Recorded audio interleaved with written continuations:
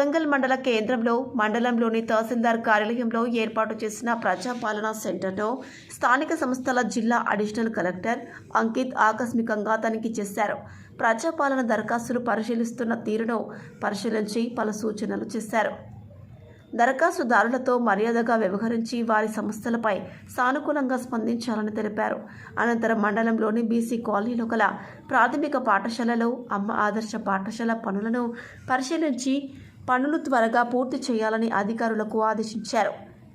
కార్యక్రమంలో MPDO Manohar Reddy, junior assistant Venkat, tahsildar సిబ్బంది తదితరులు పాల్గొన్నారు.